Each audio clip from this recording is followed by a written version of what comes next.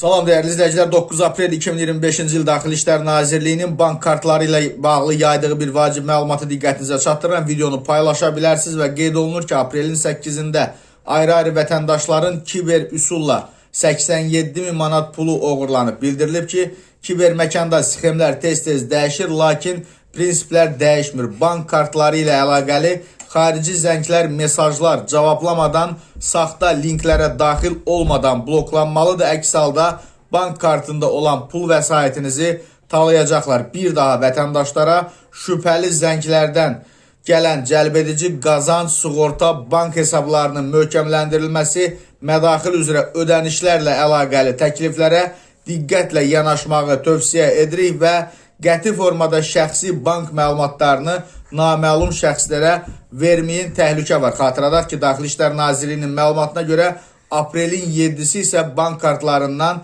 67 min manat oğurlanıb.